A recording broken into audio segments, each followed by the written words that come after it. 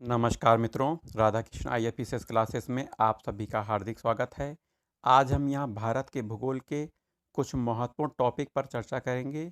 यह टॉपिक प्रारंभिक परीक्षा और मुख्य परीक्षा दोनों लिहाज से बहुत महत्वपूर्ण है। सिविल सर्विस परीक्षा और स्टेट लेवल सिविल सर्विस परीक्षा एवं अन्य परीक्षाओं हेतु यह वीडियो सभी प्रतियोगी परीक्षाओं के लिए लाभदायक सिद्ध होगा। चलिए शुरुआत करते हैं। पहला टॉपिक है भारत में कृषि। भारतीय कृषि की कुछ विशेषताएं हैं, उन पर चर्चा कर लेनी आवश्यक है। क्या विशेषताएं भारत कृषि की? यह भारत की कृषि निर्वाह प्रकार की कृषि है। भारतीय कृषि पर भारी जनसंख्या का दबाव है। वहीं खाद्यान्नों की खेती की प्रधानता है। भारत में जो खेती होती है उसमें खाद्यान्न फसलों की प्रधानता रहती है। कृषि फसलों का की विविधता रहती है। वहीं प्राकृतिक, आर्थिक और सामाजिक कारण भारतीय कृषि को प्रभावित करते हैं। सीमित क्षेत्रों में गहन कृषि होती है। वहीं कृषि अधिकांशतः वर्षा पर निर्भर करती है, जो कि मानसून पर आधारित है। भारतीय कृषि चारा फसलों पर कम से कम ध्यान देती है।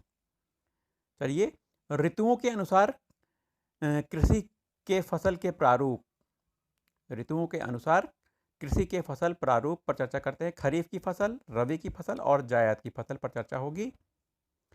सबसे पहले खरीफ की फसल। इन फसलों को अधिक जल की आवश्यकता, अधिक तापमान की आवश्यकता होती है। किस फसलों को? खरीफ की फसलों को। खरीफ की फसलें जून और जुलाई में बोया जाता है या सितंबर अक्टूबर में काटी जाती हैं। तो प्रमुख फसलें हैं चावल, ज्वार, मक्का, कपास, मूंगफली, जूट, तंबाकू, बाजरा, गन्ना, दाल, प्याज, हरी मिर्च, लौकी, भिंडी इत्यादि। तो ये फसलें हैं, खरीफ की फसलें हैं। रबी की फसलें, ये फसलें शरद ऋतु में उगाई जाती हैं। जलवायु अपेक्षाकृत ठंडी, परिपक्व के समय गर्म और जलवायु की आवश्यकता होती है। मतलब जब पकता है फसल तो गर्म जलवायु की आवश्यकता होती है। अक्टूबर नवंबर के महीने में इनकी बुआई होती है और कटाई इसमें मार्च अप्रैल में हो जाती है। प्रमुख फसलें हैं गेहूं, चना, सरसों, रेपसीड। दक्षिण भारत की जो चावल हैं वो रबी की फसल में आती है, दक्षिणी भारतीय चावल। जायद की फसल यह भारत में मुख्य रूप से सिंचाई वाले क्षेत्रों में अल्पावधि ऋतु के लिए उगाई जाती हैं। जैसे प्रमुख फसल उड़द, मूंग, तरबूज, खरबूज, खीरा, यह जायद फसल है। ये फसलें मार्च और जून के बीच में बोई जाती हैं। तो 3 प्रकार की फसलें हो गई। भारत में कृषि खेती के प्रकार। निर्वाह कृषि, जिसे सबसिस्टेंस फार्मिंग कहते हैं। भारत में अधिकांश किसान इसी कृषि पद्धति में खेती करते हैं क्योंकि जोतों का आकार बहुत छोटा होता है, उनके पास तकनीकों की कमी होती है और कृषि संसाधनों का भी इनके पास अभाव होता है, इसीलिए वह निर्वाह कृषि करते हैं। किसी जमीन के छोटे छोटे टुकड़े पर भारवाहक पशुओं और परिवार के सदस्यों की मदद से खेती की जाती है। इस पद्धति के में अपनाए जाने वाले तरीके पुराने उपकरण साधारण होते, अर्थात परंपरागत कृषि कही जाती है। इसमें मुख्य रूप से खाद्य फसलों का उत्पादन पर बल दिया जाता है। प्लांटेशन एग्रीकल्चर पर चर्चा करते हैं। रोपड़ कृषि कही जाती है। भारत में रोपड़ कृषि ब्रिटिश सरकार द्वारा 19वीं शताब्दी में प्रारंभ की गई थी। इस प्रकार की खेती में नकदी फसल उगाई जाता है। क्या विशेषताएं हैं रोपड़ कृषि की? ज़्यादा पूंजी लागत रहती है, विशाल भूमि की आवश्यकता होती है, प्रबंध कौशल की आवश्यकता होती है, तकनीकी ज्ञान की आवश्यकता होती है, अत्याधुनिक कृषि मशीनरी का प्रयोग किया जाता है, उर्वरक का प्रयोग किया जाता है, अच्छी परिवहन सुविधा और खाद्य प्रसंस्करण कारखाना का यूज होता है इसमें। तो रोपड़ कृषि, इसमें उगाई जाने फसल कौन कौन सी हैं? जैसे रबड़ हो गए, चाय, कहवा, कोको की, केला, नारियल, ये सब रोपड़ कृषि हैं। मसाले। आइए स्थानांतरित कृषि और झूम कृषि पर चर्चा करते हैं। इस प्रकार की कृषि में आदिवासी लोगों द्वारा जमीन के एक छोटे टुकड़े को कृषि के लिए साफ किया जाता है। स्थानांतरित कृषि यह पूर्वी भारत में होती है। भारत के पूर्वी भाग अर्थात अरुणाचल प्रदेश, नागालैंड, असम, ऐसे क्षेत्रों में जो पूर्वी भाग हैं वहाँ पर यह कृषि की जाती है। 2 से 3 वर्षों के बाद जमीन की उर्वरता कम हो जाती है, तब उस भूमि को त्याग दिया जाता है। फिर आदिवासी दूसरी जमीन की तलाश में आगे बढ़ जाते हैं।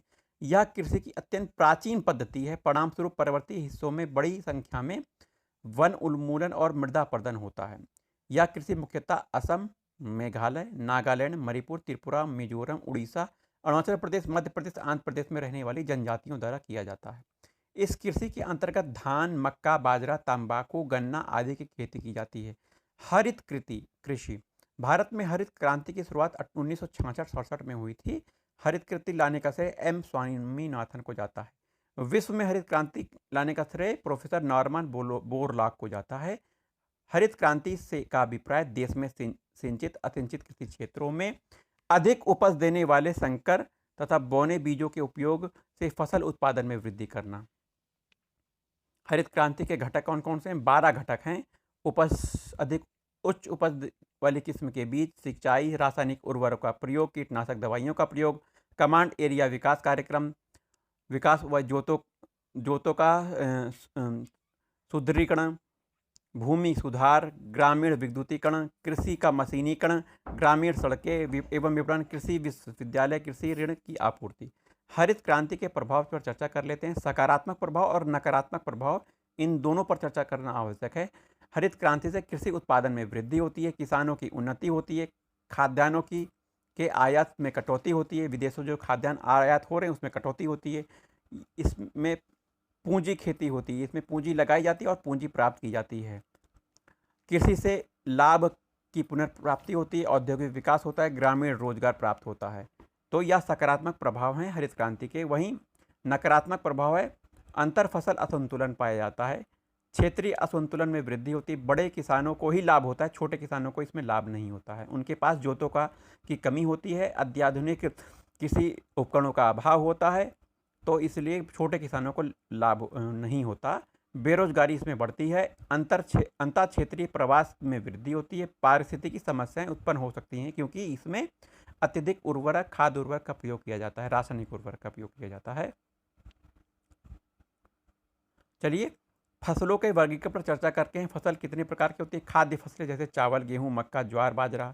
नकद फसलें कपास, जूट, गन्ना, तंबाकू, मूंगफली नकद फसलें हैं। रोपड़ फसलें चाय, कहवा, नारियल, रबड़, मसाला, यह सब रोपड़ फसलें। वहीं बागवानी फसलें सेब, आम, केला, रसदार फल ये सब बागवानी फसलें हैं। जैसे अब आइए चावल पर चर्चा करते हैं। चावल उगाने की कुछ मुख्य विशेषताएं क्या क्या हैं?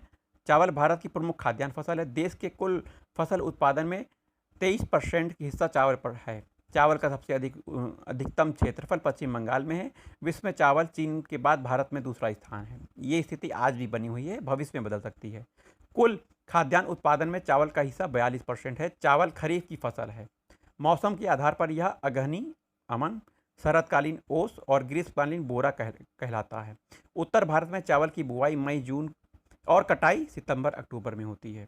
तो चावल में अत्यधिक वर्षा की आवश्यकता होती है और बोते समय गर्मी की आवश्यकता होती है और काटते समय मौसम सही रहता है। आवश्यक दशाओं पर चर्चा कर लें जो अभी हम कर रहे थे। चावल उष्णकटिबंधीय फसल है। इसके लिए उष्णार्द्र जलवायु और औसत तापमान 24 डिग्री सेल्सियस की आवश्यकता होती है।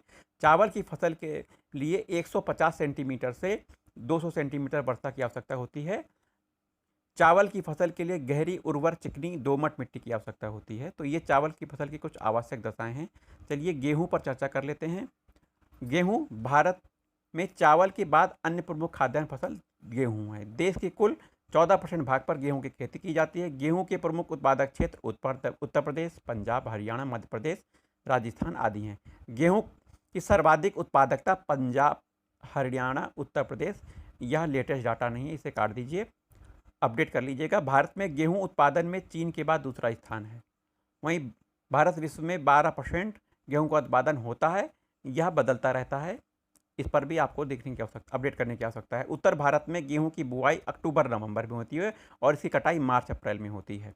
वहीं दक्षिण भारत में गेहूं की बुआई सितंबर अक्टूबर में होती है और कटाई दिसंबर जनवरी में होती है। गेहूं रबी की फसल है तथा शीतोष्ण जलवायु की फसल है। शीतकालीन वर्षा मावड़ गेहूं की फसल के लिए अत्यधिक लाभदायक होती है। आवश्यक दशाएं क्या हैं गेहूं के लिए? गेहूं की फसल के लिए सामान्यतः 10 से 15 डिग्री सेल्सियस के मध्य का तापमान होना चाहिए। गेहूं की फसल के लिए 50 से 100 मान लिया जाए, 50 से 70 वार्षिक वर्षा की आवश्यकता होती है। इसके लिए हल्की दोमट, बलुआ तथा चिकनी मिट्टी पर्याप्त है। तो ये गेहूं के लिए आवश्यक दशाएं हो गई हैं। चलिए आगे चलते हैं, ज्वार पर चलते हैं। ज्वार यह रबी और खरीफ दोनों ऋतुओं में होती है। ज्वार की फसल रबी की और खरीफ की दोनों ऋतु की फसल है। यह अफ्रीकी मूल का पौधा है। ज्वार अफ्रीकी मूल का पौधा है। ज्वार महाराष्ट्र, कर्नाटक, मध्य प्रदेश में उत्पादित होता है। ज्वार की सर्वाधिक उत्पादकता आंध्र प्रदेश में पाई जाती है। आवश्यक दशाएं ज्वार के लिए: वर्षा 30 से 100 सेंटीमीटर होनी चाहिए। 26 से 33 डिग्री सेल्सियस के बीच में ज्वार के लिए तापमान होना चाहिए। हल्की दोमट काली चिकनी मिट्टी इसके लिए आवश्यक है। वहीं उष्णकटिबंधीय पौधा है ज्वार। चलिए आगे आते हैं, बाजरा पर आते हैं। यह बाजरा भी ज्वार बाजरा अफ्रीकी मूल के पौधे कहे गए हैं और यह भारत में खरीफ की फसल कही जाती है। भारत में बाजरा का सर्वाधिक उत्पादन राजस्थान, गुजरात, महाराष्ट्र, हरियाणा में होता है। बाजरा का सर्वाधिक उत्पादकता हरियाणा राज्य की है। बाजरा एक उष्णकटिबंधीय फसल है। वर्षा 40 से 50 सेंटीमीटर वार्षिक होनी चाहिए। कम वार्षिक क्षेत्र में जैसे राजस्थानी क्षेत्र में ऐसा मौसमी दशाएं पाई जाती हैं। वहीं तापमान 25 से 31 डिग्री सेल्सियस अर्थात गर्मी वाला मौसम होता है। मिट्टी बलुई, दोमट और रेतीली मिट्टी इसके लिए आवश्यक है। मक्का पर आते हैं। मक्का यह खरीफ की फसल है। इसके लिए अर्धशुष्क जलवायु की आवश्यकता होती है। मक्का का उत्पादन आंध्र प्रदेश, कर्नाटक, बिहार, राजस्थान में होता है। वहीं उत्तर प्रदेश में भी मक्का का उत्पादन होता है। वहीं मक्के की फसल के लिए 50 से 100 सेंटीमीटर वार्षिक वर्षा, 25 से 30 सेंटीग्रेड तापमान एवं गहरी दोमट चिकनी काप मिट्टी की आवश्यकता होती है। मूंगफली की सर्वाधिक उत्पादन गुजरात में होता है, मध्य प्रदेश में, फिर तमिलनाडु में। मूंगफली की फसल के लिए 50 से 75 सेंटीमीटर की वर्षा की आवश्यकता होती है। कितना? 50 से 75 सेंटीमीटर। 20 से 30 डिग्री सेल्सियस तापमान आवश्यक है। हल्की दोमट बलुई मिट्टी की आवश्यकता होती है। चना चना एक रबी की फसल है। यह उष्णकटिबंधीय फसल है। चना उत्पादक क्षेत्रों में पंजाब, हरियाणा, उत्तर प्रदेश, मध्य प्रदेश, महाराष्ट्र, राजस्थान प्रमुख हैं। चना का सर्वाधिक क्षेत्र मध्य प्रदेश में और सर्वाधिक उत्पादन मध्य प्रदेश में ही है। चना की फसल के लिए 40 से 50 सेंटीमीटर वर्षा, 20 से 25 सेंटीमीटर तापमान, दोमट मिट्टी की आवश्यकता होती है। चना हो गया। चलिए कपास पर आते हैं। कपास एक उष्णकटिबंधीय और उपोष्णकटिबंधीय फसल है। तो उष्ण और उपोष्णकटिबंधीय फसल कपास हो गई। कपास खरीफ की फसल है। भारत में कपास उत्पादन में अमेरिका और चीन प्रथम स्थान, अमेरिका चीन के बाद भारत का स्थान है, तृतीय स्थान है। भारत का अमेरिका और चीन के बाद तीसरे स्थान पर है। इसे अपडेट कर लीजिएगा, यह हर साल बदलते रहता है, ये आंकड़ा बदलता रहता है। कपास के क्षेत्र महाराष्ट्र, गुजरात, आंध्र प्रदेश। उत्पादन गुजरात में सबसे ज़्यादा होता है, महाराष्ट्र, आंध्र प्रदेश, पंजाब। कपास की उत्पादकता में सबसे ज़्यादा पंजाब और हरियाणा का स्थान है। पहला पंजाब, दूसरा हरियाणा। आवश्यक दशाएं 75 से 70 सेंटीमीटर वार्षिक वर्षा, 21 से 30 सेंटीमीटर के तापमान। मिट्टी गहरी काली दक्कनी पर्वतीय पठारी मृदा है। जूट यह उष्णार्द्र जलवायु की फसल है। जूट एक खरीफ की फसल है। विश्व के कुल जूट उत्पादन में 66% का उत्पादन अकेले भारत करता है। जूट का उत्पादन पश्चिम बंगाल, बिहार, असम। जूट का क्षेत्रफल सबसे अधिक पश्चिम बंगाल में है। जूट की फसल के लिए 100 सेंटीमीटर से 200 सेंटीमीटर वर्षा आवश्यक है। तो जूट की फसल के लिए वर्षा ज़्यादा आवश्यक है। 24 से 35 डिग्री सेल्सियस तापमान, जलोढ़ मिट्टी, काप मृदा की आवश्यकता होती है जूट के लिए। अब आइए गन्ने पर चर्चा करते हैं। गन्ना एक उष्णकटिबंधीय फसल है। इसके लिए अधिक ताप और आर्द्रता की आवश्यकता होती है। गन्ना उत्पादन सबसे ज़्यादा उत्तर प्रदेश में होता है, फिर महाराष्ट्र में, तमिलनाडु में, कर्नाटक में। दक्षिण भारत में आर्द्रता अधिक होने के कारण प्रति हेक्टेयर उत्पादकता उत्तर भारत से ज़्यादा है। तो दक्षिण भारत में आर्द्रता अधिक होने के कारण प्रति हेक्टेयर उत्पादकता ज़्यादा है। सर्वाधिक सिंचाई का उपयोग गन्ने के लिए किया जाता है। गन्ने के लिए 150 सेंटीमीटर वार्षिक से अधिक वर्षा होनी चाहिए। 20 से 26 डिग्री का तापमान होना चाहिए एवं उपजाऊ दोमट, ना अम्लीय न क्षारीय मिट्टी की आवश्यकता होती है। तो ना अम्लीय न क्षारीय अर्थात दोमट मिट्टी की आवश्यकता होती है। आइए तंबाकू पे आते हैं। तंबाकू की फसल पर चर्चा करते हैं। भारत में 2 प्रकार की तंबाकू का उत्पादन होता है। एक निकोटीना टोबेकम, दूसरी निकोटिमा रस्टिका। निकोटीना टोबेकम उपयोग सिगरेट, सिगार, चेरूद बनाने में, वहीं निकोटीना रस्टिका का उपयोग खैनी, हुक्का, बीड़ी में होता है। भारत में 90% तंबाकू निकोटियाना रस्टिका का उत्पादन किया जाता है। निकोटियाना रस्टिका सबसे ज़्यादा होती है। निकोटियाना टोबेकम 10%। कोको का उत्पादन सबसे ज़्यादा आंध्र प्रदेश, कर्नाटक, गुजरात में होता है। सबसे ज़्यादा आंध्र प्रदेश। निकोटिना टोबैकम उत्पादन सबसे ज़्यादा आंध्र प्रदेश में है, उसके बाद कर्नाटक, फिर बिहार में। निकोटिना रस्टिका तंबाकू का सबसे ज़्यादा उत्पादन आंध्र प्रदेश में होता है। टोबैकम का आंध्र प्रदेश, कर्नाटक में, वहीं रस्टिका का उत्पादन उत्तर प्रदेश, गुजरात, पश्चिम बंगाल, कर्नाटक। तो रस्टिका का उत्पादन में उत्तर प्रदेश का स्थान है, टोबैकम के उत्पादन में आंध्र प्रदेश का पहला स्थान है।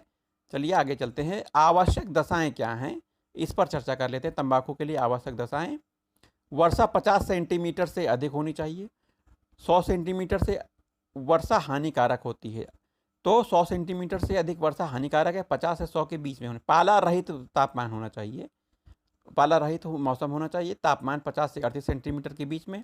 लवण अम्ल युक्त अच्छी बलुई मिट्टी इसके लिए आवश्यक है। रबड़ की खेती के लिए देखते हैं। रबड़ के लिए, रबड़ क्या है? एक उष्ण और आर्द्र जलवायु का पौधा है। भारत, थाईलैंड और इंडोनेशिया के बाद तीसरा रबड़ उत्पादक देश है।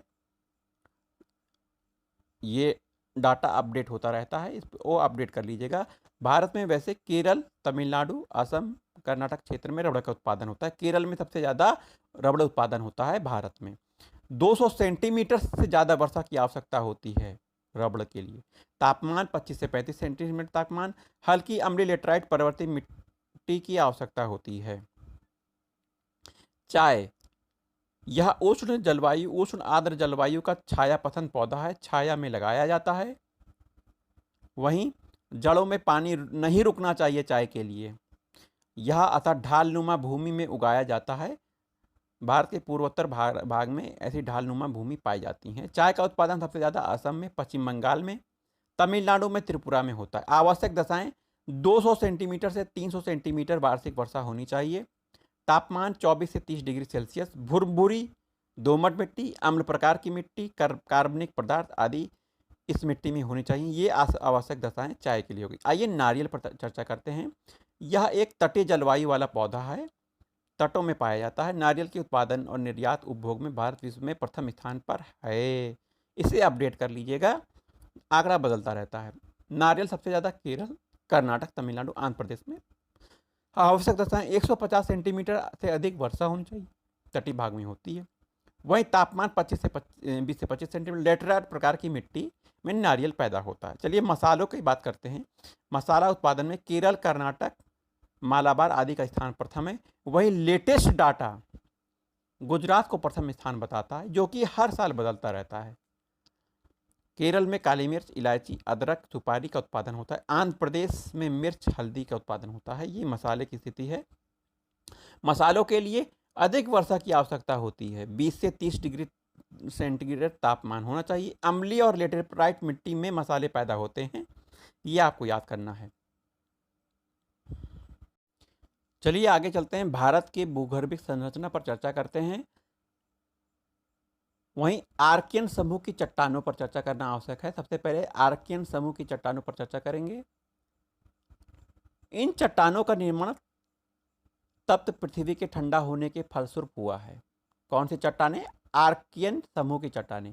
यह प्राचीनतम तथा मूलभूत चट्टानें, सबसे प्राचीनतम और मूलभूत चट्टानें आर्कियन चट्टानें हैं। ये नीस, ग्रेनाइट तथा शिष्ट प्रकार की होती हैं। तो आर्कियन समूह की चट्टानें नीस, ग्रेनाइट और शिष्ट प्रकार की होती हैं। इसमें जीवाश्म नहीं पाया जाता, ये रवेदार चट्टानें होती हैं। आग्नेय चट्टानों के रूपांतरण के कारण नीस का निर्माण होता है। बुंदेलखंड नीस सबसे प्राचीन नीस है। बुंदेलखंड का नीस सबसे प्राचीन नीस है। विस्तार भारत में कहाँ कहाँ है आर्कियन समूह की चट्टानों का, इस पर चर्चा करना आवश्यक है। कर्नाटक में, तमिलनाडु में, आंध्र प्रदेश, मध्य प्रदेश, उड़ीसा, झारखंड के छोटा नागपुर के पठार, राजस्थान के दक्षिण पूर्वी भाग में आर्कियन समूह की चट्टानों का विस्तार है। अब आइए धारवाड़ क्रम की चट्टानों पर चर्चा करते हैं। धारवाड़ क्रम की चट्टानें आर्कियन क्रम की चट्टानों के अपर्दन और निक्षेपण से, ध्यान दीजिएगा, पहले प्रकार की जो आर्कियन क्रम की चट्टानों के अपर्दन और निक्षेपण के फलस्वरूप धारवाड़ क्रम की चट्टानों का निर्माण होता है। या प्राचीनतम परतदार चट्टानें हैं। प्राचीनतम परतदार चट्टानें कौन सी हैं अगर पूछा गया तो आप कहेंगे धारवाड़ क्रम की चट्टानें। इसमें जीवाश्मों का अभाव पाया जाता है। इसके निर्माण के समय जीवों का उद्भव नहीं हुआ था, इसीलिए जीवाश्म नहीं पाए गए। इस क्रम के चट्टानों का जन्म कर्नाटक के धारवाड़ और शिमोगा जिलों में हुआ है। इस क्रम के चट्टानों का जन्म कब हुआ? जन्म कर्नाटक के धारवाड़ तथा शिमोगा जिलों में हुआ था। अरावली पर्वत का निर्माण इसी क्रम की चट्टानों से हुआ है, जो संसार के प्राचीनतम बलित पर्वत हैं। इस क्रम की चट्टानें आर्थिक दृष्टि से सर्वाधिक महत्वपूर्ण हैं, क्योंकि सभी प्रकार के धात्विक खनिज जैसे लोहा, मैंगनीज, सोना आदि इन चट्टानों में पाए जाते हैं। किसमें? धारवाड़ क्रम की चट्टानों में। वितरण: दक्षिण दक्कन प्रदेश में उत्तरी कर्नाटक से कावेरी घाटी तक, बेलारी एवं शिमोगा जिला, नागपुर, जबलपुर में सासर श्रेणी, गुजरात के चंपानेर श्रेणी में इसका वितरण है। उत्तरी भारत में हिमालय के लद्दाख, जास्कर, गढ़वाल, कुमायूं पर्वत श्रेणियों में तथा असम के पठारी भागों में शिलांग श्रेणी में इसका वितरण है। कुडब्बा क्रम की चट्टानों पर चर्चा करते हैं। कुडब्बा क्रम की चट्टानें धारवाड़ क्रम की चट्टानों के अपर्दन निक्षेपण के परिणाम स्वरूप इस क्रम की चट्टानों का निर्माण होता है। इस प्रकार ये भी परतदार चट्टानें हैं। तो कुडब्बा चट्टानें भी अपर्दन निक्षेपण से बनती हैं। किससे? धारवाड़ क्रम की चट्टानों से। और ये परतदार चट्टानें हैं। इस चट्टानों का नामकरण आंध्र प्रदेश के कुडब्बा जिले के नाम पर हुआ। ये बलुआ पत्थर, चूना पत्थर, संगमरमर, एस्बेस्टस आदि के लिए प्रसिद्ध हैं। इनमें खनिज भंडार अपेक्षाकृत कम मिलते हैं। इन चट्टानों से लोहा, मैंगनीज प्राप्त होता है। राजस्थान में इन्हीं चट्टानों से तांबा, सीसा, रांगा प्राप्त होता है। विस्तार: पापाधनी व चियार श्रेणी, नलमलाई श्रेणी आंध्र प्रदेश, मध्य प्रदेश, राजस्थान, महाराष्ट्र, तमिलनाडु, हिमालय के कुछ क्षेत्रों में कुडब्बा क्रम की चट्टानें पाई जाती हैं। विंध्य क्रम की चट्टानों पर चर्चा करना आवश्यक है। विंध्य क्रम की चट्टानें, इनका निर्माण कुडब्बा क्रम की चट्टानों के बाद हुआ है। छिछले सागर एवं नदी घाटियों के तलछट के निक्षेपण से इनका निर्माण हुआ है। इसमें सूक्ष्म जीवों के जीवाश्म के प्रमाण मिलते हैं। विंध्य क्रम की चट्टानों में इसमें चूना का पत्थर, बलुआ पत्थर, चीनी मिट्टी, अग्नि प्रतिरोधक मिट्टी प्राप्त होती है। इस संरचना की चट्टानों का प्रयोग अग्नि भवन निर्माण के लिए किया जाता है। सांची का स्तूप, लाल किला, जामा मस्जिद आदि इसी संरचना के लाल बलुआ पत्थर से निर्मित है। मध्य प्रदेश के पन्ना जिले, कर्नाटक के गोलकोंडा के हीरे खान इसी क्रम की चट्टानों में स्थित हैं। वहीं विस्तार: सोन नदी की घाटी, सेमरी श्रेणी आंध्र प्रदेश के दक्षिण पश्चिम भाग के कुरनूल जिले में, भीमा नदी की घाटी भीमा श्रेणी में। वहीं राजस्थान के जोधपुर, चित्तौड़गढ़ की पालनी श्रेणी, गोदावरी घाटी, नर्मदा घाटी, मालवा का पठार, बुंदेलखंड आदि क्षेत्र में इनका विस्तार है। गोंडवाना क्रम की चट्टानों पर चर्चा कर लेना आवश्यक है। इस क्रम की चट्टानों का निर्माण कार्बोनिफेरस से जुरेसिक युग के बीच हुआ। तो किस युग के बीच हुआ? कार्बोनिफेरस से जुरेसिक युग के बीच में गोंडवाना क्रम की चट्टानों का निर्माण हुआ। इसके निर्माण के समय हिमयुग का आविर्भाव हुआ था। हिम नदियों के कारण उच्च पर्वतीय भागों का अपर्दन हुआ। निक्षेप नदियां घाटियों के छिछले जल क्षेत्रों में एकत्र हुए और नदियां उपजाऊ बन गईं। इसमें प्राचीन काल के वृक्ष आदि पैदा हुए। कार्बोनिफेरस युग में प्रायद्वीपीय भारत की कई दरारों का निर्माण हुआ। इन दरारों में ये वनस्पतियां दब गईं। पृथ्वी के अंदर अत्यधिक ताप के कारण कोयले में परिवर्तित हो गई। भारत में 90% कोयला इन्हीं चट्टानों में पाया जाता है। किन चट्टानों में? गोंडवाना क्रम की चट्टानों में पाया जाता है। इन चट्टानों में बलुआ पत्थर भी पाया जाता है। विस्तार कहाँ कहाँ है? महानदी घाटी, गोदावरी घाटी, कच्छ, काठियावाड़, पश्चिम राजस्थान, मद्रास, कुटूर, कटक, राजमहेंद्री, विजयवाड़ा, तिरुचनापल्ली, रामानाथपुरम, सोन घाटी, दामोदर घाटी आदि घाटियां हैं। दक्कन ट्रेप पर चर्चा कर लेते हैं। मीसोजोइक युग में अंतिम काल, क्रस्टेशियस युग में प्रायद्वीपीय भारत में ज्वालामुखी क्रिया प्रारंभ हुई। इस प्रकार दरारों के माध्यम से लावा के उद्गार के फलस्वरूप दक्कन ट्रेप चट्टानों का निर्माण हुआ। यह संरचना बेसाल्ट तथा डोलोमाइट से निर्मित है। ये इन कठोर चट्टानों के विखंडन से काली मिट्टी का निर्माण हुआ है। तो काली मिट्टी का निर्माण कठोर चट्टानों के विखंडन से हुआ है। विस्तार है: महाराष्ट्र का अधिकांश भाग, गुजरात, मध्य प्रदेश, बिहार, तमिलनाडु, आंध्र प्रदेश के कुछ भागों में दक्कन ट्रेप की काली मिट्टी पाई जाती हैं। टर्सरी क्रम की चट्टानों पर चर्चा कर लेते हैं। इन क्रम की चट्टानों का निर्माण इयोसीन युग से लेकर प्लायोसीन युग के बीच में हुआ है। इयोसीन युग से प्लायोसीन युग के बीच में टर्सरी क्रम की चट्टानों का निर्माण हुआ है। इसी काल में हिमालय श्रेणी का निर्माण हुआ था, टर्सरी क्रम की चट्टानों के काल में। भारत में यह केवल तटीय क्षेत्रों में पाए जाते हैं। भारत की हिमालय श्रेणी इस प्रकार की चट्टानें हैं। कौन सी टर्सरी क्रम की चट्टानें हैं? चलिए आगे चलते हैं। भारत का अपवाह तंत्र पर चर्चा करते हैं। Drainage system of India. यह एक निर्धारित जलमार्ग द्वारा जल के प्रवाह को अपवाह कहा जाता है। इस प्रकार कई जलमार्गों के जाल को अपवाह तंत्र कहते हैं। नदियों और उनकी सहायक नदियों के द्वारा प्राकृतिक अपवाह तंत्र का विकास होता है। अपवाह प्रतिरूप को प्रभावित करने वाले कारकों पर चर्चा कर लेते हैं। चट्टानों का स्वरूप और संरचना अपवाह प्रतिरूप को प्रभावित करते हैं। स्थलाकृति ढाल, प्रवाहित जल की मात्रा, प्रवाह अवधि अथवा समय, यह सब अपवाह प्रतिरूप को प्रभावित करने वाले कारक हैं। उद्गम की दृष्टि के आधार पर भारतीय अपवाह तंत्र दो प्रकार के होते हैं, एक हिमालय अपवाह तंत्र और प्रायद्वीप अपवाह तंत्र। हम यहाँ हिमालय अपवाह तंत्र और प्रायद्वीप अपवाह तंत्र की तुलना करने जा रहे हैं। यह प्रारंभिक परीक्षा के साथ मुख्य परीक्षा हेतु अति महत्वपूर्ण है। हिमालय की नदियां सदा नीरा अर्थात वर्ष भर जल से पूर्ण रहती। इनका स्रोत प्रायः ग्लेशियर से जुड़ा हुआ होता है। इन नदियों में वर्ष में 2 बार जल की मात्रा में वृद्धि होती है। प्रथमतः ग्रीष्म ऋतु में बर्फ के पिघलने के समय, द्वितीय दक्षिण पूर्व मानसून के समय, वर्षा के समय। हिमालय नदियां जैसे गंगा, यमुना, कोसी आदि नदियां हिमालय नदियां कही जाती हैं। वहीं प्रायद्वीपीय नदियां ऋतुनिष्ठ होती हैं। केवल वर्षा जल पर निर्भर होने के कारण वर्ष में केवल एक बार जल मिलता है। वहीं प्रायः दक्षिण पश्चिमी मानसून के कारण इनमें जल स्तर में वृद्धि होती है।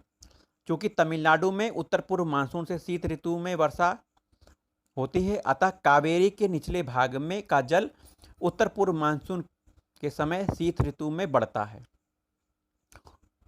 वहीं अगला अंतर देखते हैं। हिमालय नदियों की द्रोणी प्रायः विशाल होती है, वहीं प्रायद्वीपीय नदियों की द्रोणियां प्रायः छोटी होती है। वहीं दूसरा अंतर है, हिमालय नदियां प्रायः अधिक लंबी होती हैं, जिसके का कारण स्रोत क्षेत्र से समुद्र दूर होना। प्रायद्वीपीय नदियां तुलनात्मक दृष्टि से छोटी होती हैं। ये नदियां किसी न किसी बड़ी नदी की सहायक होती हैं, अतः सीधा समुद्र में कम गिरती हैं। ये तीव्र प्रायद्वीपीय ढाल के कारण अधिकतर नदियां समुद्र में जाती हैं। हिमालय नदियों में ये नदियां स्रोत से गहरी घाटियों और गार्ज का निर्माण करती हैं। वहीं प्रायद्वीपीय नदियां जो होती हैं की घाटियां कम गहरी और उथली होती हैं। हिमालय नदियां मैदानी भागों में लंबी दूरी तय करती हैं तथा नौका योग्य होती हैं हिमालय नदियां। वहीं प्रायद्वीपीय नदियां मार्ग में जलप्रपात बनाने, जल की मात्रा घटने बढ़ने के कारण नौका गमन के अनुकूल नहीं होती हैं। ये डेल्टाई भाग में नव्य होती हैं। वहीं मैदानी भागों से बहने के कारण हिमालय नदियां तथा भूभाग के भूरभूरे होने के कारण ये हिमालय की नदियां विसर्ग का निर्माण करती हैं। तो हिमालय नदियां विसर्ग का निर्माण करती हैं। वहीं प्रायद्वीपीय नदियां कठोर चट्टानों के भूभाग से होकर गुजरती हैं। कई नदियां भ्रंश घाटियों से होकर बहती हैं। इनका निर्माण सीधा एवं रेखीय होता है। नर्मदा, तापी आदि भ्रंश घाटी में बहने के कारण रेखीय प्रवाह विकसित करती हैं। हिमालय वाली नदियां प्रायः मुहाने पर डेल्टा का निर्माण करती हैं। प्रायद्वीपीय नदियां मुहाने पर प्रायः ज्वारनदमुख, एस्चुरी या छोटे डेल्टा का निर्माण करती हैं। चलिए, हिमालय अपवाह तंत्र में हम सिंधु नदी तंत्र, गंगा नदी तंत्र और ब्रह्मपुत्र नदी तंत्र पर चर्चा करेंगे। सबसे पहले सिंधु नदी तंत्र पर चर्चा करते हैं। सिंधु नदी तंत्र में सिंधु नदी सबसे बड़ी नदी है, इसमें झेलम, चिनाब, रावी, व्यास, सतलज इसकी सहायक नदियां हैं। सिंधु नदी का उद्गम का स्रोत तिब्बत में मानसरोवर झील के पास है। यह पहले उत्तर पश्चिम दिशा में बहती है, फिर हिमालय पर्वत को काटकर दमचोक के निकट, ध्यान रखिएगा, दमचोक के निकट भारत में प्रवेश करती है। कौन सी नदी? सिंधु नदी। सिंधु एक पूर्ववर्ती नदी है जो नंगा पर्वत के उत्तर में बुंजी नामक स्थान पर लद्दाख श्रेणी को काटकर यह इंपॉर्टेंट प्रश्न है, लद्दाख श्रेणी को कौन सी नदी काटती है? सिंधु नदी काटती है। लद्दाख श्रेणी को काटकर एक गहरा जॉर्ज का निर्माण करती है। यह चिल्लास के निकट पाकिस्तान में प्रवेश करती है। चिल्लास के निकट पाकिस्तान में कहां प्रवेश करती है? चिल्लास के निकट पाकिस्तान में प्रवेश करती है। मिठनकोट से थोड़ा ऊपर इसमें पंचनद आकर मिलती है, पंचनद नदी मिलती हैं। पंचनद पंजाब की 5 नदियां सतलज, व्यास, रावी, चिनाव, झेलम की संयुक्त धारा को कहा जाता है। सिंधु कराची के पूर्व अरब सागर में मिल जाती है, तो अरब सागर में मिल जाती है सिंधु नदी। चलिए, ये सिंधु नदी का उद्गम का क्षेत्र है, ये देखिए चित्र में, यह तिब्बत का क्षेत्र है, यहां से सिंधु नदी निकलती है और लद्दाख और जास्कर श्रेणी के बीच से बहती है सिंधु नदी। इसमें पंचनद नदियां मिलती हैं, झेलम, चिनाव, रावी, व्यास और सतलज, ये पंचनद नदियां हैं। चलिए आगे चलते हैं। चलिए सबसे पहले झेलम नदी पर चर्चा करते हैं। झेलम नदी सिंधु की सहायक नदी है। झेलम की उत्पत्ति यह बेरीनाग कश्मीर के निकट शेषनाग झील से निकलती है। श्रीनगर के निकट बुलर झील से प्रवाहित होने के कारण यह संकरे गार्ज से होकर पाकिस्तान में पहुंचती है। पाकिस्तान में यह चिनाव में मिल जाती है। किसमें मिल जाती है? चिनाव में मिल जाती है झेलम नदी। अतः यह चिनाव की सहायक नदी है। झेलम नदी लगभग 170 किलोमीटर तक भारत पाकिस्तान सीमा बनाती है। झेलम नदी पर जम्मू कश्मीर में तुलबुल परियोजना, उरी परियोजना चलाई जा रही है। 2 परियोजना है झेलम नदी पर, तुलबुल और उरी परियोजना झेलम नदी पर है। चिनाव नदी पर आ जाते हैं भाइयों बहनों। चिनाव नदी चंद्रा और भागा नाम की 2 सरिताओं के मिलने से बनी है। कौन सी नदी? चंद्रा और भागा, चिनाव नदी। ये दोनों सरिताएं केलांग के निकट तंडी में मिलती हैं। केलांग के निकट तंडी में ये सरिताएं मिलती हैं। कौन सी? चंद्रा और भागा। यह सम्मिलित धारा चंद्रभागा नाम से हिमाचल प्रदेश से उत्तर पश्चिम दिशा में बहती हैं और जम्मू कश्मीर में चिनाव नाम से प्रवेश करती हैं। हिमाचल प्रदेश में चंद्रभागा नाम से और जम्मू कश्मीर में चेवनाम नाम से प्रवेश करती हैं। चिनाव नदी को झेलम और रावी नदियों से जल प्राप्त होता है। चिनाव को झेलम रावी नदी से जल प्राप्त होता है। चिनाव सिंधु नदी की सबसे बड़ी सहायक नदी है। अगर यह प्रश्न पूछा गया कि सिंधु की सबसे बड़ी सहायक नदी कौन सी है, तो आपका उत्तर होगा चेनाव नदी। चेनाव नदी पर जल परियोजनाएं कौन कौन सी हैं, इस पर चर्चा करना आवश्यक है। सलाल जल विद्युत परियोजना जम्मू कश्मीर में चेनाव नदी पर है। बगलिहा जल विद्युत परियोजना जम्मू कश्मीर में चेनाव नदी पर है। वहीं दुलस्ती जल विद्युत परियोजना यह भी जम्मू कश्मीर में चेनाव नदी पर स्थित है। रावी नदी पर चर्चा करते हैं। इस नदी की उत्पत्ति हिमाचल प्रदेश में रोहतांग दर्रे के पास कुल्लू पर्वत से होती है। तो हिमाचल प्रदेश में रोहतांग दर्रे के पास कुल्लू से कौन सी नदी निकलती है? रावी नदी निकलती है। माधोपुर के निकट यह पंजाब में प्रवेश करती है। अमृतसर से 26 किलोमीटर नीचे पाकिस्तान में यह प्रवेश करती है और रंगपुर के निकट चेनाव में मिल जाती है। रावी नदी किस नदी में मिलती है? चेनाव में मिलती है। यह चेनाव की सहायक नदी है। रावी नदी पर परियोजनाएं कौन कौन सी हैं? चमेरा परियोजना रावी नदी पर हिमाचल प्रदेश की जल विद्युत परियोजना है। हिमाचल प्रदेश में चमेरा परियोजना है। किस नदी पर है? रावी नदी पर। थीन परियोजना रावी नदी पर पंजाब और हिमाचल प्रदेश की सम्मिलित परियोजना है। थीन परियोजना रावी नदी पर है, याद रखिएगा भाइयों बहनों। अब आइए व्यास नदी पर चर्चा करते हैं। व्यास इस नदी की उत्पत्ति रावी नदी की भांति रोहतांग दर्रे के पास से हुई है। पोंग के निकट व्यास नदी मैदानी भाग में प्रवेश करती है और हरिके नामक स्थान पर सतलुज में मिल जाती है। व्यास नदी पूरी तरह से भारतीय क्षेत्र में प्रवाहित होती है। अगर यह प्रश्न आ गया परीक्षा में कि कौन सी नदी, सिंधु तंत्र की कौन सी नदी जो पूरी तरह से भारतीय क्षेत्र में प्रवाहित होती है, आपका उत्तर होगा व्यास नदी।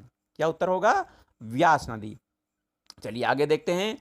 हरिके नामक स्थान पर जो व्यास नदी है, व्यास और सतलुज के संगम पर हरिके बैराज का निर्माण करती है, जो कि भारत की सबसे लंबी इंदिरा नहर निकलती है। हरिके बैराज से भारत की सबसे लंबी नहर इंदिरा गांधी नहर निकलती है। पोंग परियोजना इसे व्यास नदी पर क्रियान्वित किया जा रहा है। हिमाचल प्रदेश में पोंग परियोजना स्थित है। सतलज नदी पर चर्चा कर लेते हैं। सतलज नदी मानसरोवर के निकट के नजदीक राकसताल में तिब्बत से निकलती है। तो सतलज नदी तिब्बत से निकलती है, राकसताल से निकलती है, मानसरोवर के निकट। यह पूर्ववर्ती नदी है जो कि हिमालय को काट कर सिपकीला दर्रा से होते हुए भारत में प्रवेश करती है। तो यह प्रश्न अगर पूछा गया को हिमालय को काटकर सिपकीला दर्रा से भारत में कौन सी नदी प्रवेश करती है, तो सतलज नदी सिपकीला दर्रे से होकर भारत में प्रवेश करती है। व्यास नदी हरिके में सतलज से मिलती है। हरिके में सतलज से व्यास नदी मिलती है। सतलज नदी रोपड़ स्थान पर मैदानी भाग में प्रवेश करती है। सतलज नदी 120 किलोमीटर लंबी भारत और पाकिस्तान की सीमा बनाती है। सतलज नदी मीठान कोट से थोड़ा ऊपर सिंधु नदी से जाकर मिल जाती है। सतलज पर निर्मित परियोजनाएं भाखड़ा नंगल परियोजना, भारत की सबसे बड़ी नदी घाटी परियोजना भाखड़ा नंगल परियोजना सतलज नदी पर स्थित है। भाखड़ा और नांगल दो जगहों पर बांध बनाए गए हैं। भाखड़ा बांध विश्व का दूसरा सबसे ऊंचा बांध है। यह भारत का सबसे ऊंचा गुरुत्वीय बांध है भाखड़ा नंगल बांध। भाखड़ा से जल विद्युत और नांगल से सिंचाई के लिए जल आपूर्तित होती है। इसके लिए हिमाचल में गोविंद सागर जल सागर बनाया गया है। यह परियोजना कई राज्यों में जैसे पंजाब, हरियाणा, हिमाचल प्रदेश, राजस्थान को लाभान्वित करती है। इंदिरा गांधी नहर या राजस्थान नहर इंपॉर्टेंट है। ब्यास और सतलज के संगम पर हरिके बैराज से यह निकलती है। कौन? इंदिरा गांधी नहर। ब्यास सतलज के संगम पर, यह संसार की सबसे लंबी नहर है, इंदिरा गांधी नहर। इस नहर में जलापूर्ति के लिए रावी और व्यास नदी पर पोंग बांध बनाया गया है। इसमें राजस्थान के मरुस्थल लाभान्वित होते हैं। चलिए गंगा नदी तंत्र पर चर्चा कर लेते। बहुत इंपॉर्टेंट तंत्र है भारत की गंगा नदी। गंगा नदी का उद्गम उत्तराखंड में उत्तरकाशी के गोमुख के निकट गंगोत्री ग्लेशियर से हुआ है। यहां से यह भागीरथी नाम से जानी जाती है। सबसे पहले इसका नाम भागीरथी पड़ता है।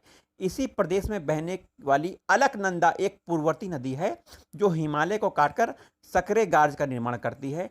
देवप्रयाग नामक स्थान पर, भाइयों बहनों, देवप्रयाग नामक स्थान पर जब अलकनंदा और भागीरथी एक हो जाती हैं तो देवप्रयाग से इसका नाम गंगा पड़ता है। कौन दो नदियां हैं? भागीरथी और अलकनंदा नदियां।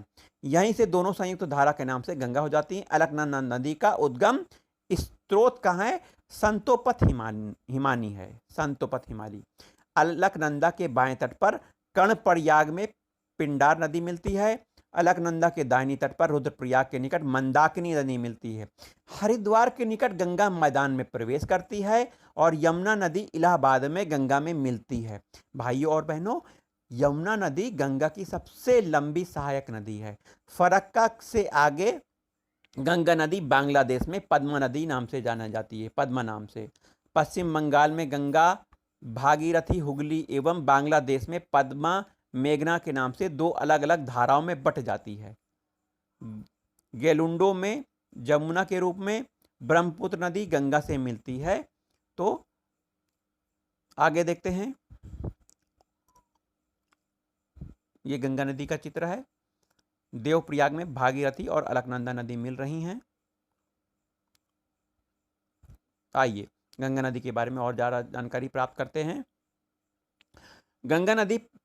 गंगा प्रारंभ में दक्षिण दिशा में, फिर दक्षिण पूर्व में, पुनः पूर्व में बहती हुई जब बंगाल में पहुंचती है तो भागीरथी और हुगली नाम की दो प्रमुख वितरकाओं में बच जाती है। तो गंगा दो भागों में बंगाल में बढ़ गई, भागीरथी और हुगली नदी पर।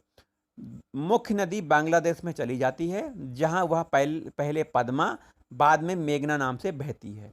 बंगाल की खाड़ी में गिर जाती है, मेघना नाम से बहती हुई बंगाल खाड़ी में गिरती है। क्या देखिए गंगा नदी, इसमें देखिए यमुना नदी मिल रही है। इलाहाबाद के निकट गंगा और यमुना का मिलन होता है। ये देखिए गंगा, और गंगा की कुछ सहायक नदी हैं जैसे गोमती नदी, घाघरा नदी, गंडक नदी, बूढ़ी गंगा नदी, कोशी नदी, महानंदा नदी। इधर ब्रह्मपुत्र नदी मिल रही हैं, इधर सोन नदी मिल रही है दक्षिण से, टोंस नदी मिल रही है। ये सब गंगा की सहायक नदियां हैं। गंगा में बाएं से मिलने वाली प्रमुख नदियों पर चर्चा कर लेते हैं। बाएं से मिलती हैं रामगंगा, गोमती, घाघरा, गंडक, बूढ़ी गंगा, कोशी नदी, महानंदा, ब्रह्मपुत्र नदी। यह सब बाएं से मिलती हैं। वहीं गंगा में दाएं से मिलने वाली यमुना, टोंस, सोन नदियां हैं। गंगा को सहायक नदियों का पश्चिम से पूर्व की ओर क्रम क्या है?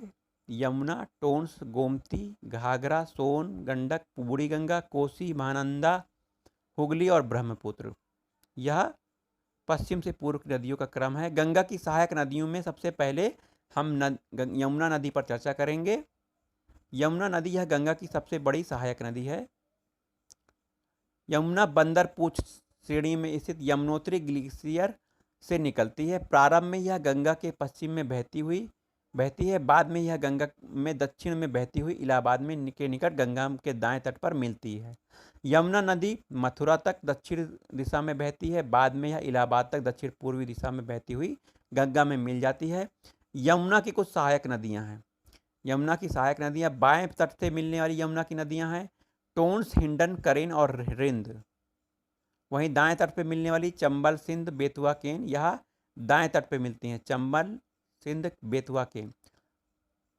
तो ये गंगा के बारे में हमने देखा, यमुना के बारे में देखा, जिसमें यमुना नदी का यहाँ चित्र दिखाया गया है। चित्र द्वारा यमुना की स्थिति बताई जा रही है। यमुना नदी ये देखिए बह रही है। इसमें दक्षिण से केन, बेतवा, सिंध और ये देखिए चंबल नदी आके मिल रही है। अब चंबल नदी की कुछ सहायक नदियां हैं, जैसे बनास नदी इसकी सहायक नदी है, पार्वती नदी इसकी सहायक नदी है, काली सिंध इसकी सहायक नदी और क्षिप्रा नदी भी चंबल की सहायक नदियां हैं। तो यमुना की सहायक नदियां चंबल नदी, सिंध नदी, बेतवा नदी और केन नदी है।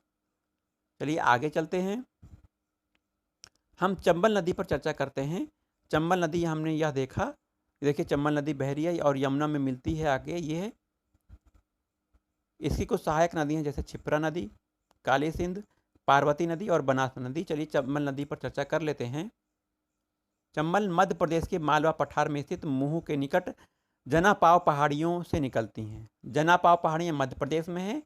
यहाँ से चंबल नदी का उत्पन्न होता है। यह पहले उत्तर दिशा में राजस्थान के कोटा जिले में एक गाज का निर्माण करती है, गुजरती है। बाद में यह बूंदी, सवाई माधोपुर, धौलपुर से होती हुई अंत में उत्तर प्रदेश के इटावा जिले में, याद रखिएगा भाइयों बहनों, इटावा जिले में यमुना में मिलती है। तो चंबल कहाँ मिलती है? इटावा में, यमुना में मिलती है। चंबल नदी अपनी उत्खात भूमि या अवनालिका अपर्दन के लिए प्रसिद्ध है। उत्खात भूमि या अवनालिका अपर्दन अर्थात रेवाइंस का निर्माण करती है। बीहड़ कहा जाता है इसको, बीहड़ माने रेवाइंस। चंबल नदी की प्रमुख सहायक नदी बनास, क्षिप्रा, काली सिंध, पार्वती नदी ये चंबल की सहायक नदी हैं। चलिए केन नदी पर चर्चा करते हैं। केन नदी यमुना की एक सहायक नदी है और चंबल भी सहायक नदी थी, जिस पर चर्चा कर चुके हैं। मध्य प्रदेश के सतना जिले में स्थित कैमूर की पहाड़ियों से निकलती है। केन नदी बांदा जिले के निकट यमुना में मिलती है। केन नदी बांदा के निकट यमुना में मिलती है। बेतवा नदी इसका उद्गम कुम्बरा गांव, विंध्य पर्वत, कुम्बरा गांव, रायसेन जिला, विंध्य पर्वत से निकलती है। प्राचीन काल में यह नेत्रवती के नाम से जाना जाता था इस बेतवा नदी का। यह मध्य प्रदेश में बहती हुई ओरछा के निकट उत्तर प्रदेश में प्रवेश कर जाती है। बेतवा मध्य प्रदेश एवं उत्तर प्रदेश की सीमा बनाती। उत्तर प्रदेश के हमीरपुर जिले में यह यमुना में मिल जाती है। तो उत्तर प्रदेश के हमीरपुर जिले में यह यमुना में मिल जाती है। इस नदी में बनी सबसे प्रमुख परियोजना माता टीला परियोजना बेतवा नदी पर है। चलिए टोंस नदी, पुराणों में इसको तमसा नदी के नाम से जाना जाता है। यह गंगा की सहायक नदी है। टोंस नदी इसका उद्गम सतना जिले में मेहर में कैमूर की पहाड़ियों से होता है। टोंस नदी का उत्तर प्रदेश के सिरसा के पास यह गंगा में मिल जाती है। कौन सी नदी? टोंस नदी। अब आइए सोन नदी पर चर्चा करते हैं। इसका निर्माण स्वर्ण या सोनभद्रा भी था। यह गंगा की सहायक नदी है। इसका उद्गम अमरकंटक में विंध्य पर्वत श्रृंखला के मैकाल पहाड़ियों से सोनमुड़ा नामक स्थान से होता है। यह उत्तर प्रदेश में प्रवेश कर फिर झारखंड में प्रवेश कर बिहार में प्रवेश करती है। अंत में पटना के पास गंगा में मिल जाती है। इस पर निर्मित सबसे प्रमुख परियोजना बाणसागर परियोजना मध्य प्रदेश, उत्तर प्रदेश, बिहार की संयुक्त परियोजना है। सोन नदी पर बनाई गई है। किस नदी पर? सोन नदी पर बनाई गई है। बाएं तट से मिलने वाली गंगा की सहायक नदियां हैं रामगंगा नदी, इस नदी की उत्पत्ति उत्तराखंड के गढ़वाल जिले से होकर यह गंगा में कन्नौज में मिलती है। रामगंगा कहाँ मिलती है? गंगा में कन्नौज से मिलती है, इंपॉर्टेंट है। गोमती नदी, यह एक हिमालय नदी नहीं है, यह पीलीभीत जिले से निकलती है, उत्तर प्रदेश का जिला है। यह गाजीपुर के निकट, यह गाजीपुर भी उत्तर प्रदेश में है, गंगा से मिलती है गाजीपुर में। लखनऊ, जौनपुर, सुल्तानपुर, सीतापुर आदि जिले गोमती नदी के तट पर स्थित बसे हैं। घाघरा नदी, यह तिब्बत मानसरोवर में स्थित गुरला मानधोता चोटी से के निकट मापचाचुंग हिमनद से निकलती है। नेपाल में घाघरा को करनैली नाम से जाना जाता है। किस नाम से? करनैली। या बिहार में छपरा के निकट गंगा से मिलती है घाघरा नदी। इस नदी का कुल जल क्षेत्र का 45% हिस्सा भारत में पड़ता है।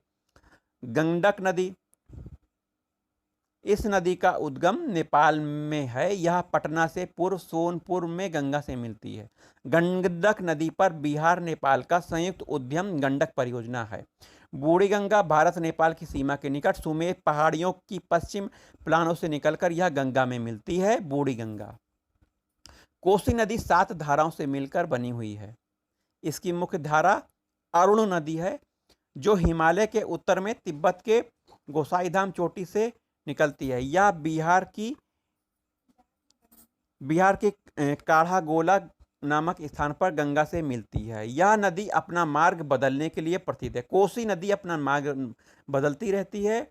बिहार का शोक कहा जाता है कोसी नदी को। इस नदी में पश्चिम खिंचाव की प्रवृत्ति है। बाढ़ की विभीषिका के कारण इसे बिहार का शोक कहा जाता है। महानंदा नदी दार्जिलिंग की पहाड़ियों से निकलती हैं। दार्जिलिंग की पहाड़ियों से कौन सी नदी निकल रही है? महानंदा नदी। भारत में गंगा के बाएं तट पर मिलने वाली अंतिम सहायक नदी है महानंदा नदी।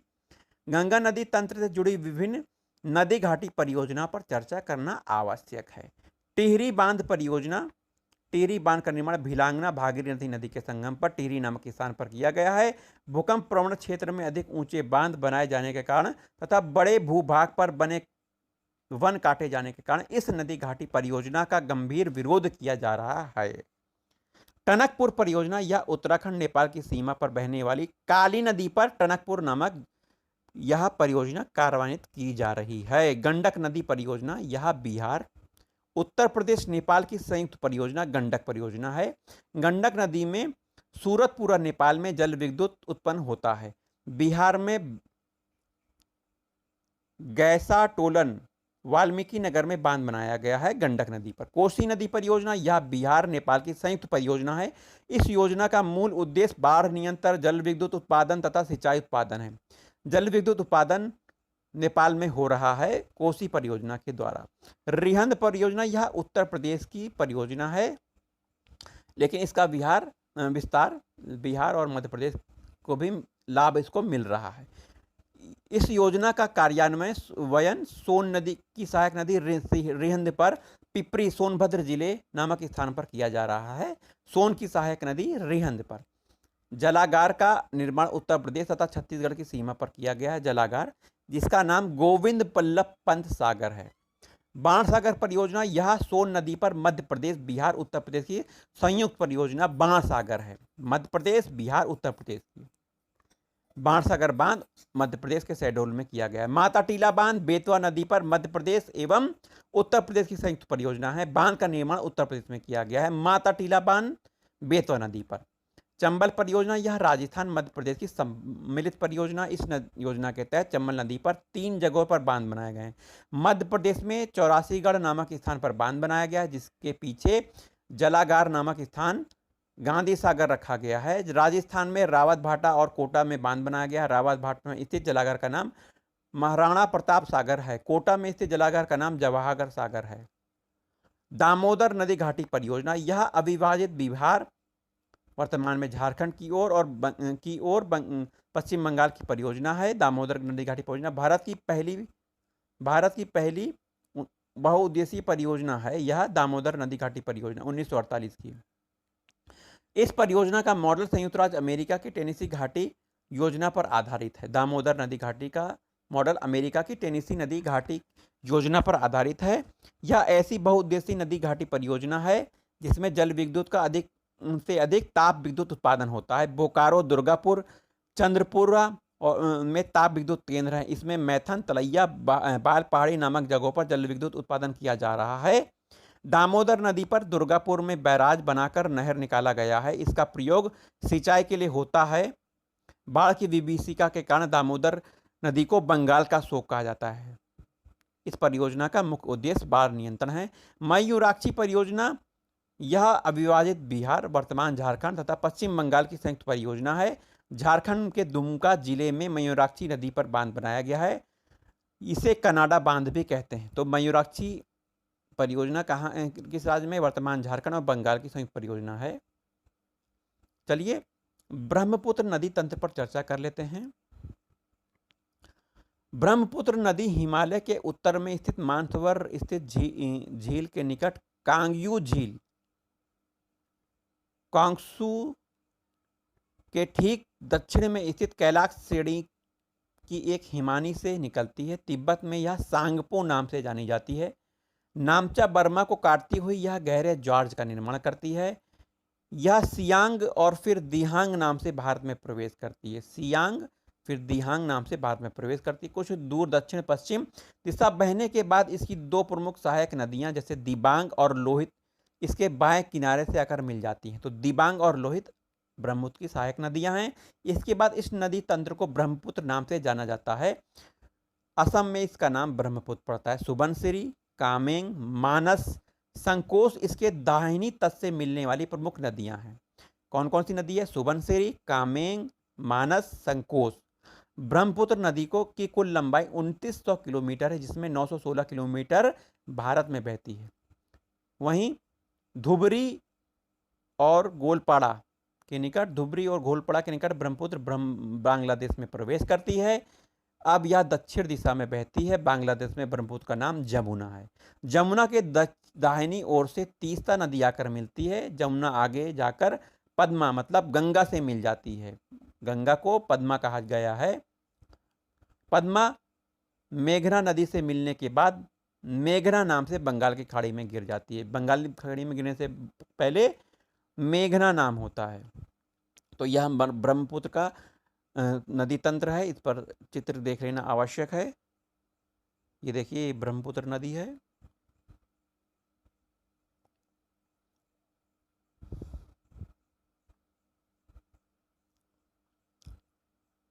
तीस्ता नदी सिक्किम से प्रारंभ होती है। तीस्ता नदी कहां से प्रारंभ हो रही है? सिक्किम से प्रारंभ होती है तीस्ता नदी। और ये उत्तर पश्चिम बंगाल होते हुए बांग्लादेश में जमुना से मिल जाती है।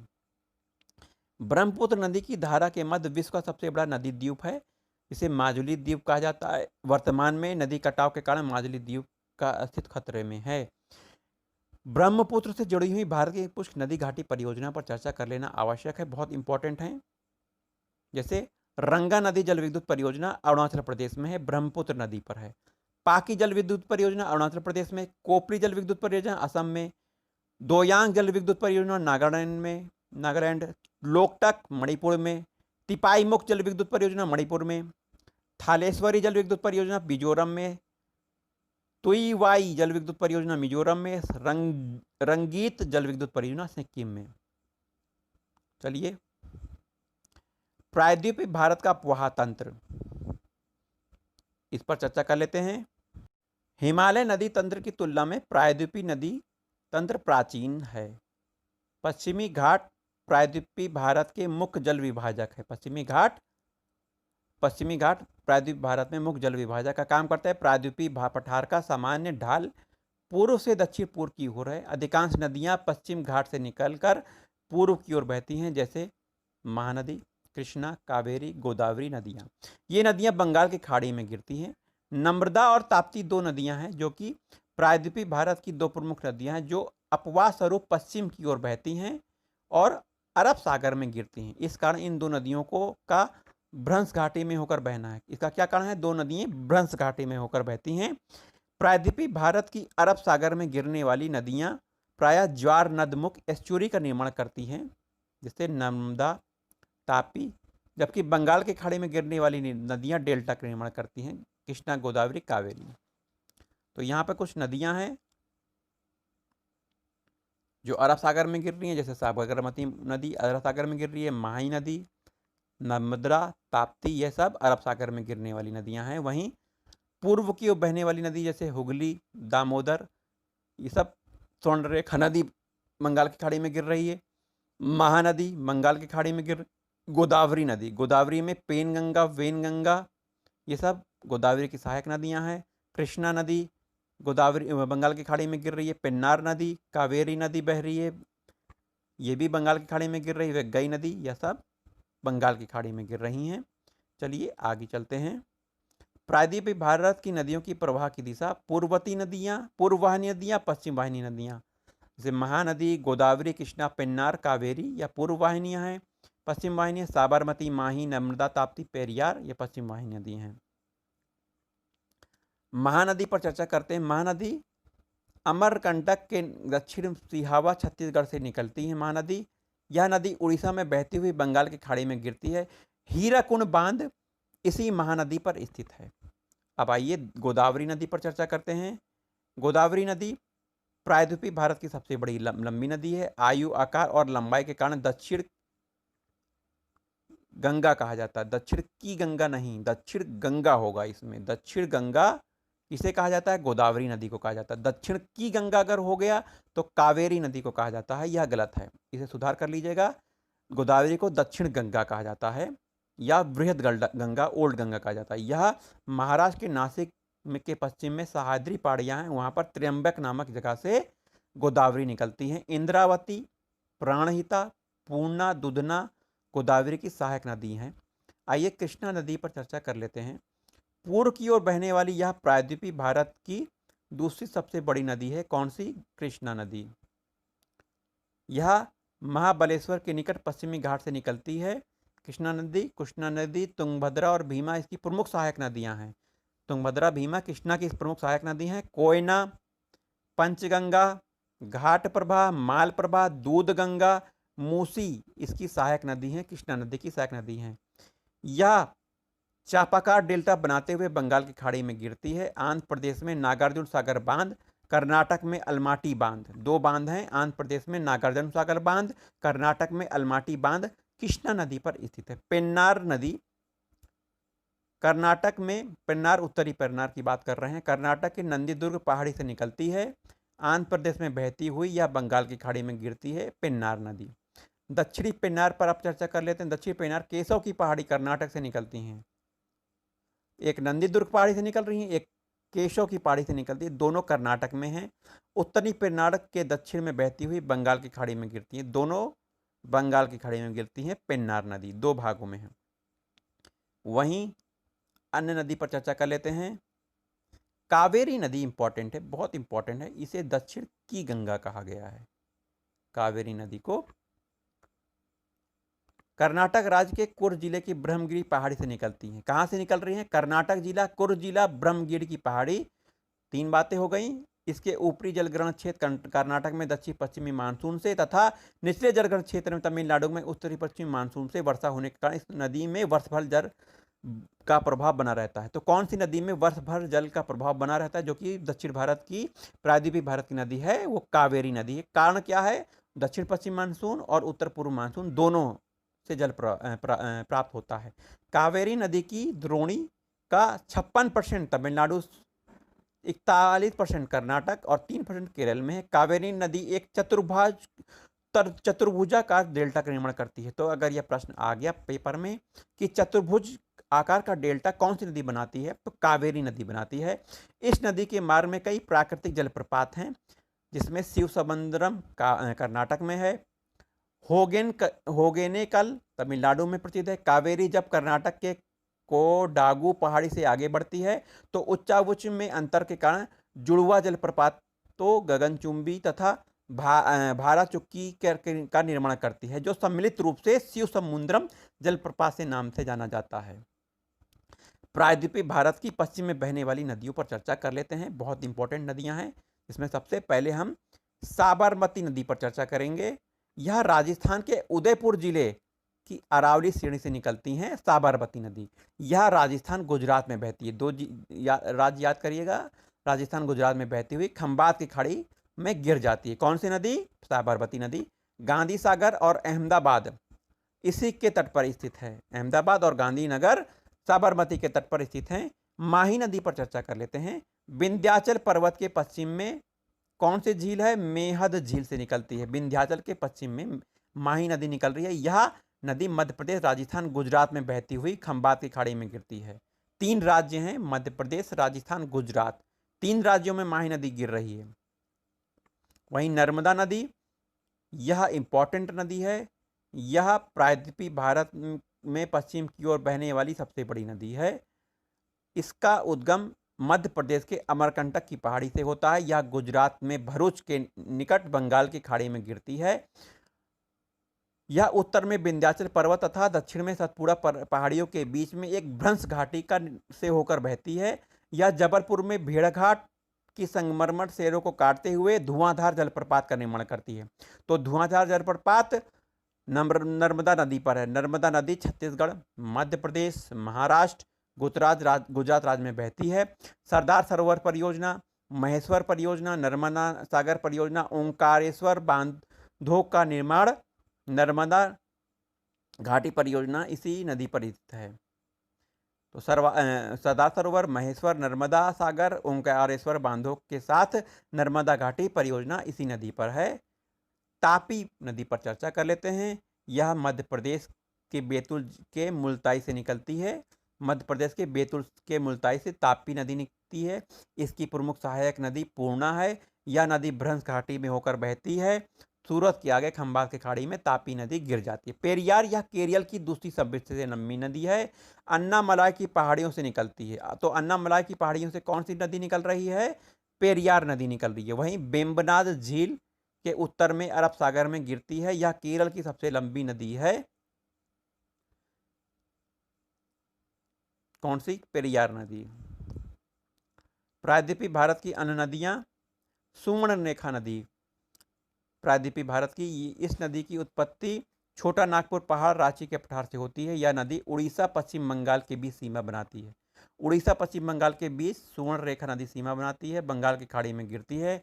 ब्राह्मणी नदी, यह राउरकेला उड़ीसा के नजदीक कोयल और शंख नदियों के मुहाने से अस्तित्व में आई। कोयल और शंख नदी के मिलने से ब्राह्मणी नदी मिलती हैं और व्हीलर द्वीप उड़ीसा के तट पर बंगाल की खाड़ी में गिरती हैं। पंबा नदी अन्नामलाई की पहाड़ी से निकलती है तथा केरल में बहती हुई यह वेम्बनाड झील में गिरती है। लूनी नदी, यह अजमेर राजस्थान के दक्षिण पश्चिम में नाग पहाड़ी अरावली श्रेणी से निकलती है। कच्छ के रण में विलीन हो जाती है। शरावती नदी, कर्नाटक के शिमोगा जिले से निकलने वाली शरावती नदी। शरावती कर्नाटक में निकलती है, शिमोगा जिले से निकलती है। प्रसिद्ध जोग प्रपात, गरतोप्पा प्रपात शरावती नदी पर स्थित है। भरतपुझा नदी केरल की सबसे बड़ी नदी है। पेरियार दूसरी नदी है। यह पोन्नावी के नाम से भी जानी जाती है। भरतपुझा केरल की नदी है। यह अन्नामलाई की पहाड़ियों से निकलती है तथा पोन्नानी नामक स्थान पर अरब सागर में गिरती है। किस स्थान पे? पोन्नानी नामक स्थान पर गिरती है। सबसे बड़ा जल क्षेत्र सहित नदी बेसिन गंगा नदी का है, फिर सिंधु नदी का है, फिर गोदावरी, फिर कृष्णा नदी का है। सबसे बड़ी नदियों का क्रम लंबाई में गंगा नदी, भारत की नदियों की बात कर रहे हैं, 2510 किलोमीटर। गोदावरी नदी 1465 किलोमीटर। सतलज नदी 1414 किलोमीटर। कृष्णा नदी 1400 किलोमीटर। यमुना नदी 1376 किलोमीटर। नर्मदा नदी 1289 किलोमीटर।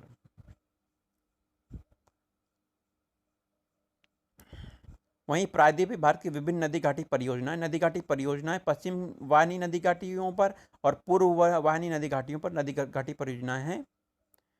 अरब सागर में गिरने वाली नदी हैं जो कि पश्चिम वाहिनी नदियां हैं, जैसे नर्मदा घाटी परियोजना, उकाई परियोजना, काकरापारा गुजरात में है, माही परियोजना, शरावती जल विद्युत परियोजना, इडुक्की परियोजना, पराम्बिकुलम परियोजना, यह सब पश्चिम की वाहिनी नदियों पर बहने वाली परियोजना है, अरब सागर में गिरने वाली। वहीं बंगाल के खाड़ी में गिरने वाली नदियों द्वारा, पूर्ववाहिनी नदियों द्वारा बनने वाली नदी घाटी परियोजना, जैसे हीराकुंड परियोजना, मचकुंड परियोजना, पोचमपात परियोजना, टाटा जल विद्युत परियोजना, कोयना जल विद्युत परियोजना, नागार्जुन सागर परियोजना, श्रीशैलम परियोजना, अलमाटी परियोजना, शिव समुद्रम परियोजना, पापनासन परियोजना।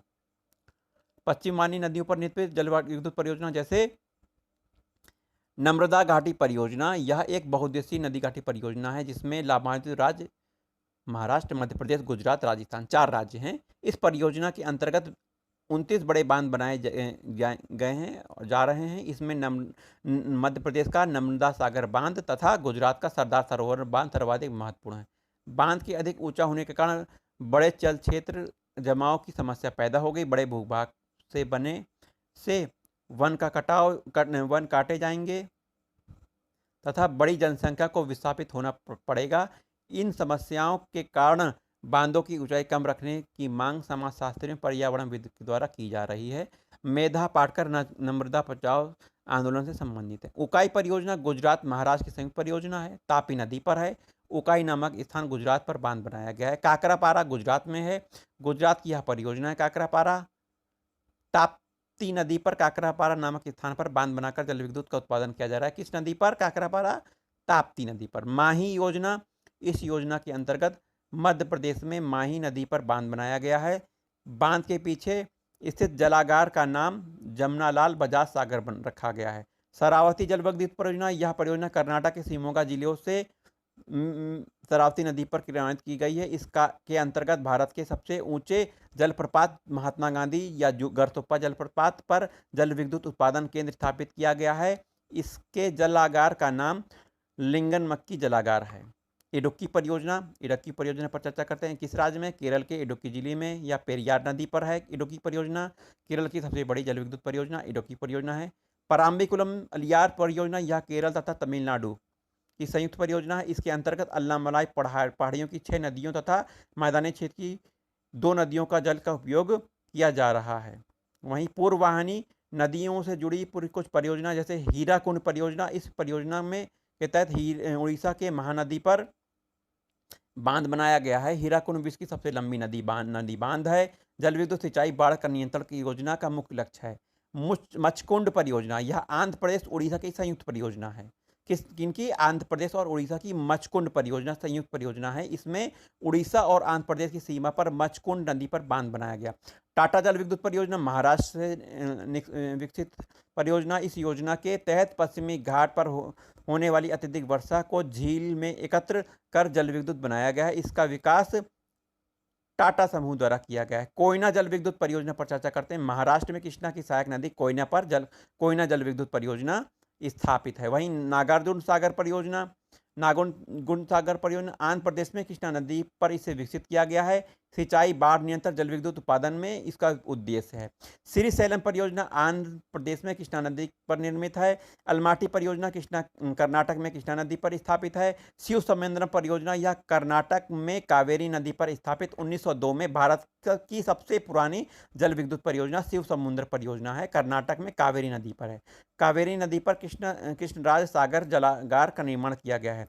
मैटूर परियोजना, इसकी स्थापना तमिलनाडु राज्य में कावेरी नदी पर की गई है। मैटूर कहाँ है? तमिलनाडु में कावेरी नदी पर मैटूर बांध के पीछे जलागार का नाम स्टेनले जलागार है। क्या है? स्टेनले जलागार। वही पापनासन परियोजना तमिलनाडु में ताम्रपर्णी नदी पर यह परियोजना स्थापित की है। तमिलनाडु में ताम्रपर्णी नदी है। कौन सी नदी है? ताम्रपर्णी नदी पापनासन परियोजना है। चलिए आज के वीडियो में इतना ही। जय हिंद, जय भारत।